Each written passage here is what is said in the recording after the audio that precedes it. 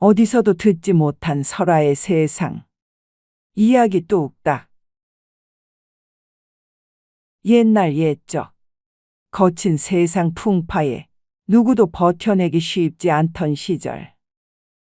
한 명망 높은 양반가 규수와 그 그림자처럼 살아가던 몸종, 그리고 한 사내에 얽히고 설킨 운명 이야기가 있었습니다. 시작은 온 한양이 떠들썩할 만큼 아주 화려한 혼례식이었지요. 세상 모든 인연에는 그만한 이유가 있듯 이 이야기에서 또한 아주 기구한 운명의 그늘이 드리우고 있었다오. 때는 바야흐로 당파 싸움이 극에 달한 시점. 하루아침에 한 가문이 풍비박산 나기 십상이었던 그때, 한양 제일의 명문가 이좌상의 집에는 눈에 넣어도 아프지 않은 아주 곱디고 온 아씨 하나가 있었으니 그 이름은 바로 명월이었소이다. 헌데 그녀의 혼처는 바로 정적이라 불리던 박판서 댁이었다는 거 아니었겠소.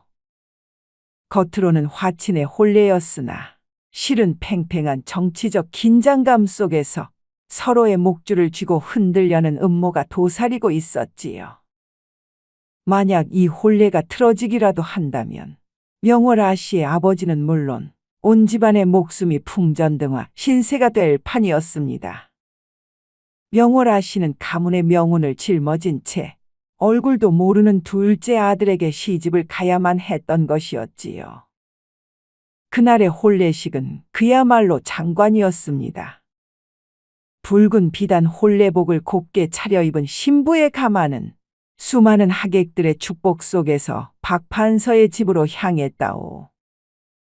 신랑인 박판서 댁의 둘째 도련님은 그 늠름한 자태를 자랑하며 신부를 맞이했소이다. 그는 신부의 얼굴을 가린 붉은 천 너머로 보이는 그녀의 고운 선의 마음을 빼앗겨 버렸지요. 그리고 혼례식이 진행되는 내내 그의 시선은 오직 신부에게만 머물러 있었습니다. 그리고 마침내 그 꿈결 같던 혼례식이 모두 끝나고 난 뒤 그토록 기다렸던 첫날 밤이 찾아왔지요. 물론 신랑의 입장에선 잔뜩 기대를 하고 있던 터 그 신방에는 은은한 향이 감돌았소이다. 촛불은 누구의 마음을 따라 추는지 흔들흔들 분위기를 더 달아오르도록 했고 말이오. 신랑인 둘째 서방이 닫혔던 방문을 열고 들어서자 신부는 잔뜩 긴장해 고개를 숙이고 앉아 있었습니다. 시간이 멈춘 듯 정적도 흘러갔지요. 둘째 서방은 조심스럽게 신부의 앞에 앉았습니다. 그는 신부의 얼굴을 가리고 있던 붉은 천을 살포시 걷어올렸소. 헌데 그 순간 그의 눈은 휘둥그레졌지요. 천하의 절색이라고 소문난 그 어떤 여인들보다도 더 깊은 눈빛과 고운 얼굴을 가진 여인이 자신 앞에 앉아 있었기 때문입니다. 그의 심장이 세차게 뛰기 시작했지요. 그대의 얼굴을 보니 그 소문보다 100배는 더 고운 얼굴이요. 내 그대에게 홀딱 반해버렸으니. 그의 부드러운 목소리에 신부는 더욱 몸을 떨었습니다. 뭔가 이 상황이 어색하기만 해서인 것인지, 아님 얼굴도 처음 보는 낯선 남정네가 어찌할지 몰라 겁을 집어먹은 것인지 알 수가 없는 것이었지요. 헌데 이 순간 둘째 서방이 그녀의 손을 잡았습니다. 그 손길은 아주 따뜻하고 다정한 것이었지요.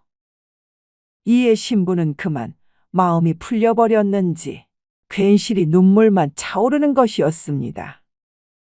이에 그녀는 뭔가 얘기를 건네야겠다는 마냥 괜히 입만 오물오물대고 있었지요. 헌데 그 순간 서방님, 사실 소인은 명월 아씨가 아니옵니다. 이에 둘째 서방은 화들짝 놀라는 것이었습니다. 그리고는 그 뭔지 모를 묘한 표정을 지어 보이는 신부에게 되묻는 것이었지요. 아니, 그게 무슨 말이오? 그대가 아씨가 아니면 대체 누구란 말입니까? 이에 신부는 눈물을 뚝뚝 흘리며 말을 이어갔소이다. 소희는 주인 아씨의 몸종인 소아이옵니다. 아씨를 대신하여 이리 혼례를 치르게 된 것이옵지요. 그러니 부디 소인을 용서해 주시옵소서. 이 충격적인 고백에 신방에는 다시금 정적이 흘렀습니다. 소아라는 이 몸종은 이제 매에서 온 꾸짖음과 함께 쫓겨날 일만 남았다 생각하며 눈을 질끈 감았더랬지요. 허나 이렇게 고개를 참아들지 못하고 있는 소아를 바라보던 둘째 신랑은 잠시 뒤로 물러나 앉더니만 예상과는 달리 그저 아무 말도 하지 않는 것이었습니다. 그리곤 그 정적이 길어지자 소아는 두려움에 떨며 조심스레 고개를 드는 것이었지요. 둘째 서방의 얼굴에는 그 어떤 분노나 실망 대신 아주 복잡한 감정이 서려 있는 듯 한 것이었습니다. 그럼 사실 나도 고백할 것이 있어. 난 그대가 처음부터 아주 좋았어. 혼례식에서 그대의 발걸음 소리를 들었을 때부터 가마에서 풍기던 그대만의 향내를 맡았을 때까지 난 내 혼례 상대가 명월 아씨가 아니라 해도 여태껏 살아오며 그대이길 바랬던 것 같소. 이에 소아는 믿기지 않는다는 표정으로 되묻는 것이었습니다. 아니 도련님, 그래도 그렇지. 어찌 그런 말씀을 하십니까? 소희는 그저 천한 몸종일 뿐이옵니다. 아, 천하다니. 그런 신분 따위가 무엇이 중하다는 것이오? 나는 그대의 따뜻한 눈빛에 그리고 그대의 맑고 고운 마음에 이미 사로잡히고 말았소이다. 혼례식장에서 내 눈에 들어온 것은 오직 당신뿐이었다는 것 아니었겠소? 나는 그저 소와 당신 자체를 사랑하게 됐단 말이오. 이에 소아의 눈빛이 한없이 흔들렸습니다. 둘째 서방의 눈빛엔 단 한 톨의 거짓이 없는 것이었지요. 그가 그녀가 본 것은 결코 신분이 아닌 한 인간으로서 빛나는 마음이었던 것이었습니다. 소아는 그런 그에게서 느껴지는 진정한 연정에 가슴 한켠에서 뜨거워지는 것이었지요. 이 모든 상황이 벌어진 연유는 다음과 같은 것이었습니다. 그 화려한 혼례식 뒤편에서 누구도 모르는 비밀이 숨겨져 있던 것이었지요. 혼례 가마에 오른 이는 바로 명월 아씨가 아닌 그녀의 몸종인 소아인 것이었습니다. 혼례 직전 명월 아씨는 혼처의 마다들을 보고 기겁을 하는 것이었지요. 그 마다들과 글쎄 과거에 정분이 있었으니까 말입니다. 이에 혼례를 치를 수 없다 몸부림까지 쳐야 했건만 그럼 아버지의 신변이 위태로워질 것이 뻔한 상황이었기에 명월 아씨는 결국 소화에게 자신을 대신해 혼례를 치러달라 간청했던 것이었지요. 이렇게 소화는 떨리는 심장을 부여잡고 혼례 가마에 올라탄 것이었습니다. 행여나 이 사실이 탈로 날까 그녀는 숨조차 제대로 내쉴 수 없는 것이었지요. 하지만 겉으로는 아무 일도 없다는 듯 혼례 절차를 묵묵히 따른 것이었소이다. 헌데 이 둘째 도령은 글쎄 과거 형님인 마다들이 명월 아씨와 잠깐 만났을 때 보이지 않는 곳에서 그 명월 아씨를 몰래 보아온 것이었지요. 헌데 그녀 옆을 묵묵히 챙기던 몸종 소하를 보곤 깜짝 놀라는 것이었습니다. 화려하고 도도한 명월 아씨와는 달리 몸종 소하는 언제나 따뜻하고 배려심이 넘쳐난 것이었지요. 둘째 도령은 그저 그런 따뜻한 마음에 깊이 끌려왔던 것이었습니다. 이에 소아는 혼란스러운 마음을 부여잡고는 이 모든 사건의 전말을 이야기했습니다. 마다들과 명월 아씨의 정분 그리고 그 주인님의 신변에 닥친 정치적 위협까지. 소아는 이 모든 진실이 밝혀지면 주인집 모두가 큰 화를 입을 것이라며 울먹였습니다. 둘째 도련님은 소아의 손을 붙잡고 그녀를 안심시켰지요. 걱정하지 마시오. 나는 그대를 지킬 것이 외다. 그리고 그대와 그대 주인의 가족 모두를 지킬 방도를 찾을 것이요. 이 혼례가 바로 그 시작이 될 것이외다. 그리고 며칠이 지났습니다. 명월아 씨는 간신히 몸을 추슬러 친정으로 돌아왔지요. 아버지는 딸의 모습을 보곤 깜짝 놀랐습니다. 혼례식을 치룬 딸이었거늘 어찌 이리도 금방 돌아온 것인지 미친 듯이 질문만 퍼붓기 바쁜 것이었지요. 헌데 명월아 씨는 아버지 앞에 무릎을 꿇고는 그저 눈물만 쏟아내는 것이었습니다. 아버님, 소녀는 큰 죄를 지었사옵니다. 박판서 댁 맞도령님과의 지난 정분 때문에 차마 혼례 가마에 오를 수 없었사옵니다요. 소녀 대신 몸종 소아가 그 자리에 가 있사옵니다. 이런 사실을 듣고 난 이들은 충격을 금치 못했습니다. 아니 뭐라고? 네가 가문의 명예를 이리도 저버렸단 말이냐? 아니 그럼 이젠 어찌한단 말이냐? 이 사실을 박판서가 아는 건 시간 문제일 터인데 그럼 우리 가문은 그저 영모로 몰려 풍비박산 날 것이 뻔한 것 아니냐? 이에 명월아 씨도 곧 절망에 빠져 고개를 들지 못하는 것이었지요. 아버님, 제가 모든 것을 망쳤습니다. 이제 어찌해야 합니까요? 이 모든 것을 되돌릴 방도가 없는 것 같아 보이니 이에 머리를 감싸쥐고 한숨을 내쉬는 명월아비였습니다. 헌데 이때였어요. 한 하인이 황급히 달려오더니만 소화가 보낸 서신이라며 황급히 전하는 것이었습니다. 이에 명월아비는 서신을 받아 펼쳤고 그 내용을 읽는 그의 얼굴엔 차츰 놀라움과 감탄이 머무는 것이었습니다. 아니 이 아이가 이토록 지혜로운 아이였단 말인가? 서신에는 소화의 솔직한 고백과 함께 모든 것을 해결할 방도가 담긴 것이었습니다. 소화는 박판서가 눈치채지 못하도록 자신의 서신을 둘째 서방과만 은밀히 주고받았던 것입니다. 주인 어르신, 소인은 아씨의 몸종 소아이옵니다. 주인 아씨를 대신하여 혼례를 치른 것은 그 연유를 진작 알고 계실 줄로 아옵니다. 헌데 지금의 위태로운 상황은 더 이상 두고 볼 수 없기에 진실이 알려지면 큰 화를 입으실지 모르는 터 이곳에서의 상황을 말씀드리옵지요. 둘째 서방은 소인의 정체를 알아차리고도 오히려 소인을 사랑한다고 합니다. 그럼 부디 소인을 양녀나 오래전 숨겨놓던 딸로서 인정하는 증명 서류를 만들어 주십시오.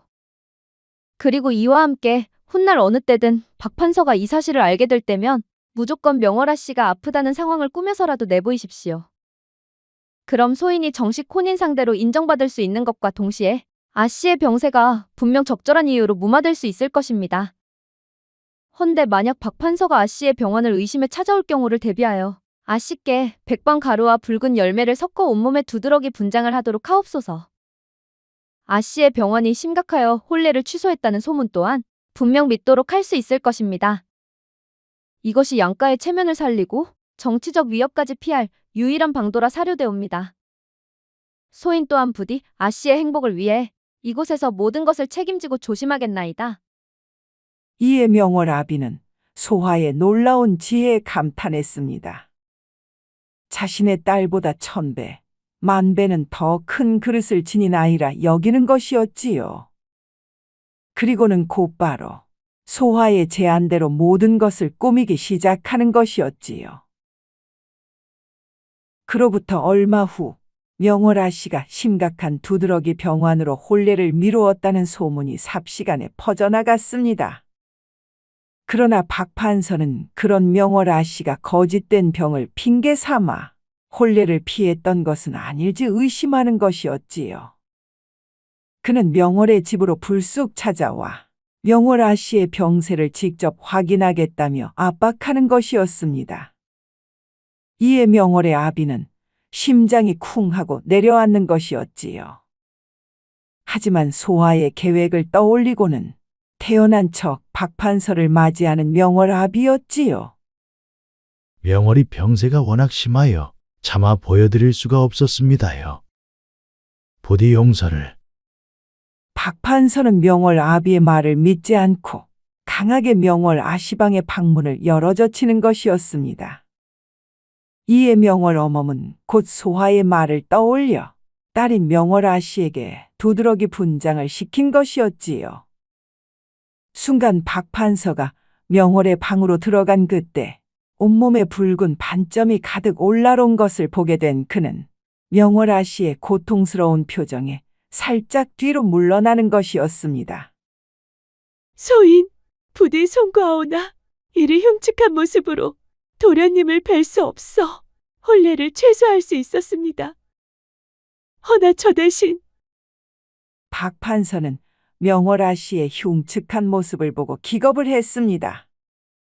그는 더 이상 의심할 여지조차 없다고 생각했지요. 아니, 이토록 심한 병환이었다니 좌상, 내 미리 몰라봐 미안하오. 그럼 나도 얼른 돌아가서 소문 따위를 잠재울 수 있도록 노력해 보겠소. 박 판서는 두려움에 질려 황급히 자리를 떠났습니다. 소화의 지략이 통했던 것이었지요. 혼례는 아씨의 병환으로 취소되었다라고 정식 발표되었고 소화는 이좌상에 숨겨진 딸이라는 새로운 신분을 얻어 정식으로 둘째 도령의 신부로 남게 되었습니다.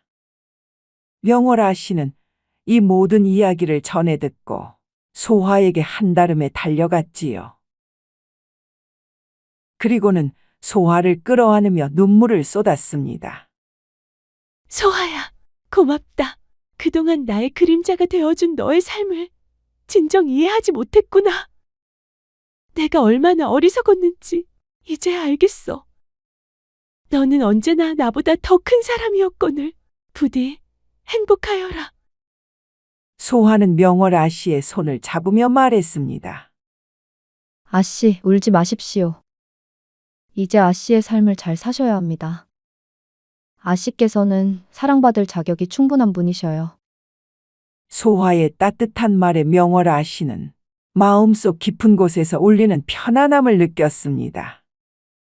그녀는 진정으로 자신의 삶을 되찾아야 한다고 생각했지요. 그제서야 그녀는 누구보다도 더 깊이 마음을 두고 있던 한 사내를 찾아갔습니다. 그리고는 그 사내와 소박한 혼인식을 올린 후 아주 단란한 가정을 꾸렸다고 하는군요. 반면 박판서 대액 둘째 서방은 자신의 진짜 아내로 인정받은 소아의 손을 굳게 맞잡으며 말을 이었습니다. 이제 당신은 더 이상 몸종도 아니고 아씨의 그림자도 아니오.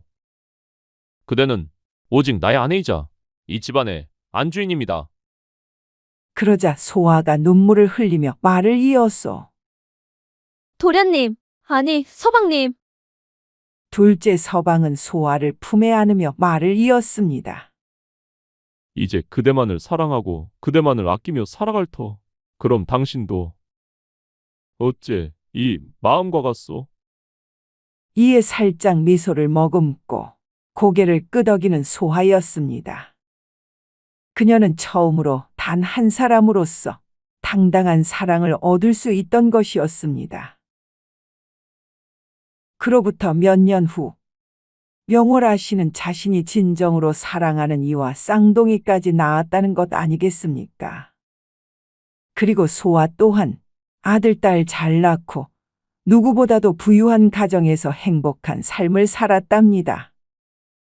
신분의 벽을 넘어선 이들의 사랑은 온 백성들에게 두고두고 회자되는 기막힌 이야기가 되었다지요. 그럼 여기까지.